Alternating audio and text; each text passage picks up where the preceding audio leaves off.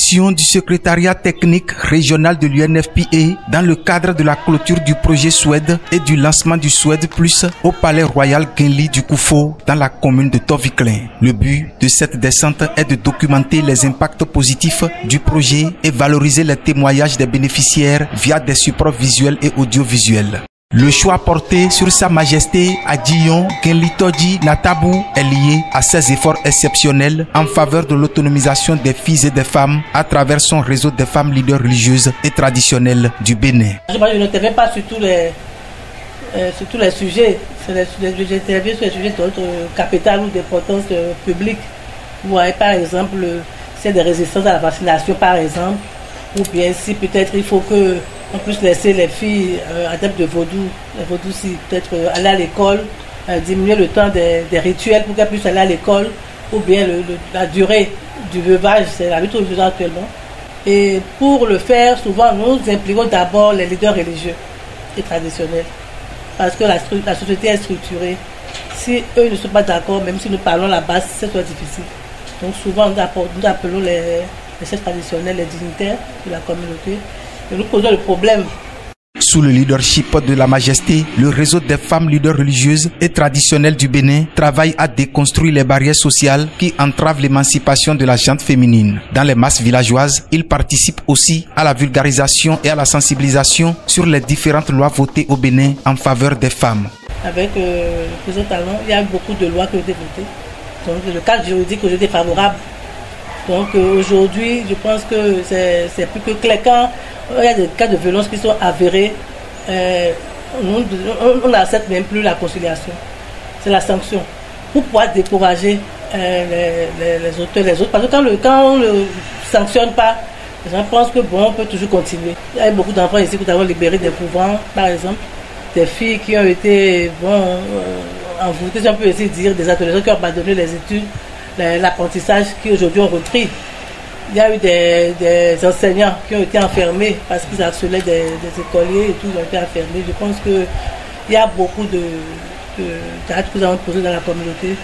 Nous sensibilisons sur les mariages précoces, les mariages forcés. Nous luttons fermement pour que les femmes soient autonomes. Aujourd'hui, le réseau des femmes leaders religieuses et traditionnelles du Bénin a du vécu et est bien enraciné dans toutes les communes. En témoigne la forte mobilisation décrétée autour de la Majesté pour la circonstance. Ces femmes que voici sont venues des différentes contrées du Bénin. Grâce à l'appui du Suède, via l'UNFPA, elles se sont érigées en de véritables boucliers pour les communautés. Le Suède a été un catalyseur. Ici, le Suède a beaucoup aidé les filles, les femmes en général. Mais la création du réseau des femmes leaders religieux en 2023 a vraiment été, c'est-à-dire, une baguette magique, si on peut ainsi dire. Oui.